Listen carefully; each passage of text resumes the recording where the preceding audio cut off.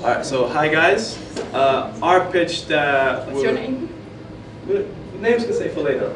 So at the beginning we are Film Theory Makers is the name of our group. Yeah, and now you can tell we have like, there's a character to our group, and that's why we chose to do cultural differences. Because personally, I'm from Portugal, grew up in New York, so I have that two different cultures. And Ricky here, Spain, and Chloe, her family, her background's China, Hong Kong, and we felt to do this theme to like how all like cultures are merging into like one. So Chloe, can you just? All right. Now, how many people found that funny? Just by raising hands, how many people found that funny? That's something that there's no idea of what we're talking about, for example. Yeah, we just had no idea what we're talking about. Then we just showed this image because it was, this was just a prank. So yeah, let me reintroduce ourselves. I'm Ruben, the interviewer. I'm Ricardo. I'll be the cinematographer. I'm Chloe, I'm the producer. Yeah, we're all doing directing and editing because we feel like we all need our own, we all have our own perspective in this subject, and we feel as a group we'll be able to like best explain and showcase this subject. Okay. So, what do you think of pranks? Are they funny or are they going way too far? So nowadays people can get access to the internet and you watch YouTube videos of pranks, and that's really popular online. But since the technology has improved, we can get more access to it, and they're getting a little bit too far, let's admit it. And people can get hurt mentally or physically, that it's okay because it's just a prank. And so the purpose of our documentary is to relate to those victims and also to inform people that it's not okay, and not just the victim can get hurt, but also the person who's committing the prank. So our approach, well, because of the subject that we're doing, some people might not feel comfortable explaining oh yeah, this person did this to me, in a public setting, like outside when lots of people are around. So what we do is gonna have isolated rooms, just comfortable settings, so they feel more comfortable when I talk to them. Oh yeah, how did that go for you? How did that make you feel afterwards? So they get more open and more honest, appeal to it. And also that we're gonna reenact some of the things that they talk about, just to give the audience a visual frame of what it is that happened to them, and how pretty much their reaction is if they see it, it'd be oh, I didn't really follow up how it would look like if I see it that way. And yeah, and also like I said, we're majority using isolated rooms just to make because our important thing is to make our subject feel comfortable enough to talk about the subject. Because without that, we ideally would have nothing. As well, the characters that all of the characters that are experienced to be the prankster and the victim. Okay, all of us and all of them. And they will appear progressively in our documentary, telling us some stories, and softest until heaviest, that they have done or experienced it in their lives. As well, we will see how are they feeling in that moment, when they remember something. Oh, I did this job when I was 10 years old, and it was funny. As well, when it's something heavy and they realize that it was something dangerous, like for example, pranks with fireworks. Okay, so as well we can see their expressions when they are talking about, and see exactly how they're feeling in that moment, as we said before. Basically, as well, our audience is pranks are around us all the time, with different styles, different places, and it's something which is part of the culture, make us feel part of the society. Even if we are not in that prank, for example, watching YouTube videos or something like that, or even hearing some stories about people. With the topic, we want just to convince people about the result of these activities, and especially how dangerous they could be. Okay, a good example is the clowns, killer clowns. Many people get hurt because of that, so we want to let them know about that. The target of the audience, basically our audience will be young adults and teens. Actually, it's everybody, but these two, it's the main targets in this documentary, because basically they are more close about these kind of jokes and than the other groups, actually.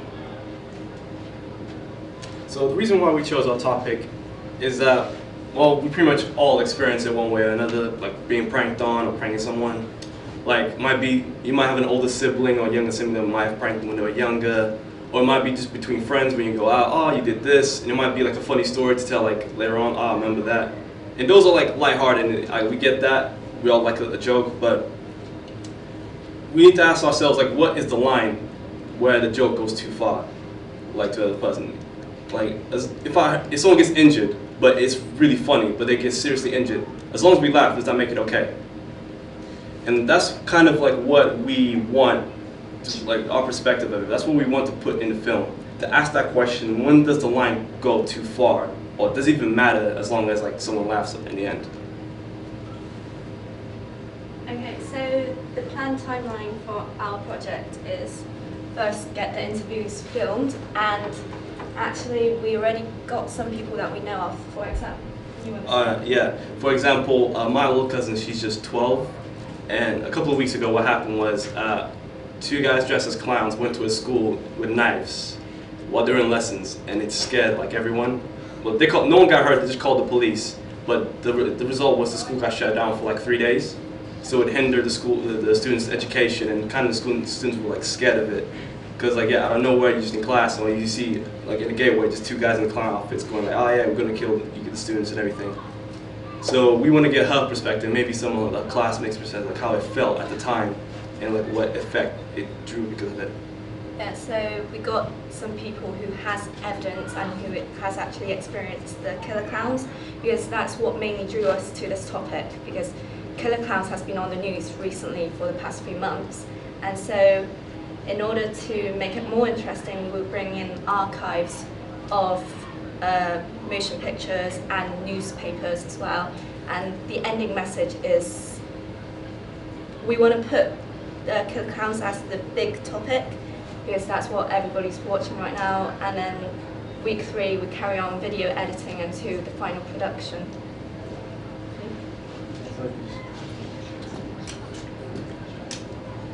Yeah, so this is like budget that we come up with. Like, forgive us if it's not really accurate because we just did it today, but we haven't added yet like the payments, whatever, for the cast and crew. But this is like pretty much we need like we got the camera, we got the mic, tripod, just the essentials that we need, and the editing suite and stuff like that. So yeah. So like, issues that we might come across with, we fall by shooting like a couple of scenes in the Brooks like building in the Forum. But the issue with that is we need to get the owner of the property to like let us like shoot there. Same thing, we kind of want to do some like outdoor public area like shoot shots. But even though it's like public, there's still someone who owns that land on that property, and we still have to get their consent to shoot in their property. Rooms will be a bit more easier. It's still kind of the same issue, getting permission, but we already got permission to use the green room. Is it green room? Yeah, over in the, is it the Richard Henry building? Oh, yeah, we got permission to shoot in that building. It's just the other two, we're still waiting on confirmation from the owners.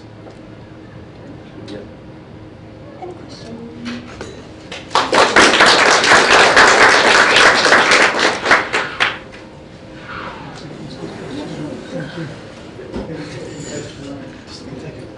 Thank you. So listen, it seems to me your film's called Killer Clowns, which is topical, and it's a closer focus on the larger issue of pranks. You started saying, Chloe, at the end of it, that the major thing in our film is this. Call it that, because you've got a real head start there, and you've got someone who's been the first-hand victim of one of these things.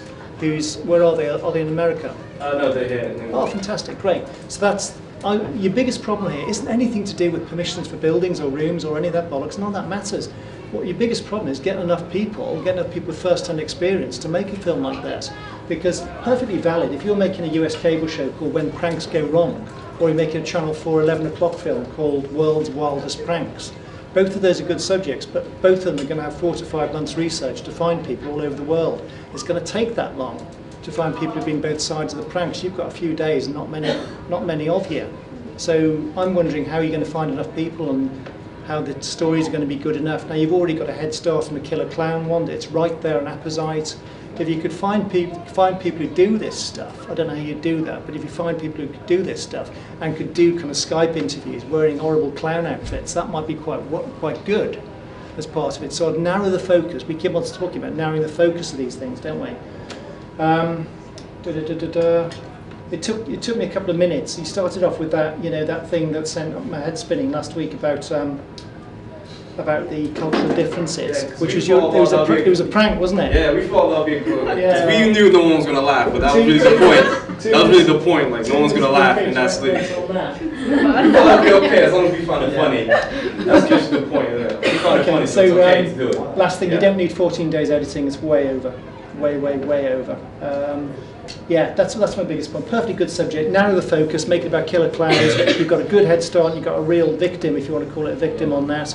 Find some people who do this stuff. I don't know how you do that. Or the communities online of these dickheads who do this kind of stuff. A friend of mine said you never find any of these killer clown people outside pubs full of blokes or anywhere in the north because they'd all get battered immediately and there's nothing funnier than a clown running away. So yeah, think about that. I mean, it's a kind of current phenomenon. It's good and visual. I'd close the focus. Right. Okay, you need material? Go out tonight with your cameras. That's what we were discussing today. It's Halloween, so yeah. All of you, get everybody here. Anyone going on trick or treat? It's Halloween. This is the best night of the year to film pranks. We're going to be doing some. Go find the children. Well, don't film children without any permission, but you can film the back of their head. If you wear a mask, you can't tell them. If you wear a mask, you can't identify them. Exactly, but go around this area, Headington, loads of people will be doing trick-or-treating. You can get some really nice, even if you just use it in a montage or something, you might actually see a killer clown tonight that you can follow. Maybe one of you should.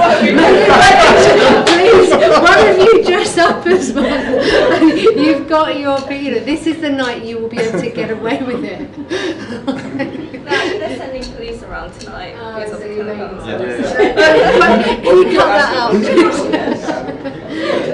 Or do something, but this, I think that there may be some material around. If you're even with your iPhones taking out, then just keep vigilant for your people film. who know iPhone with a Samsung, just. Yeah.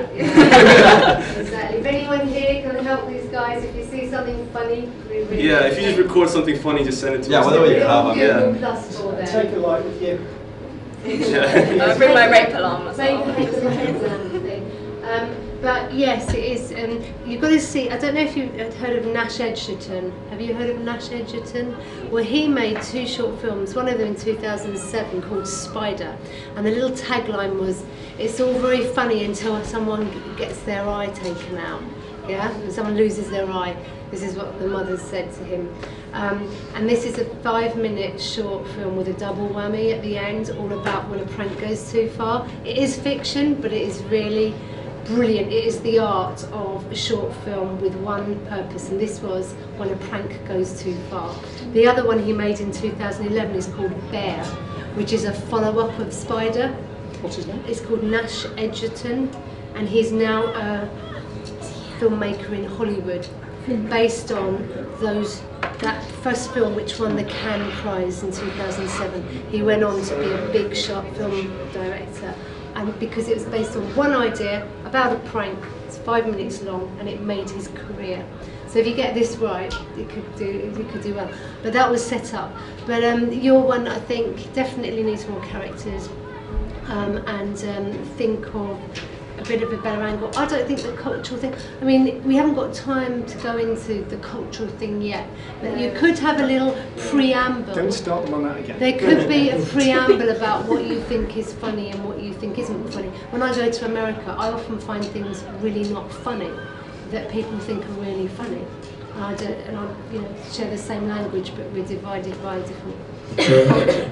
Yeah, we're actually thinking of of emailing YouTubers, like the pranksters. Yeah. Because some of them are willing to get interviewed, but through Skype.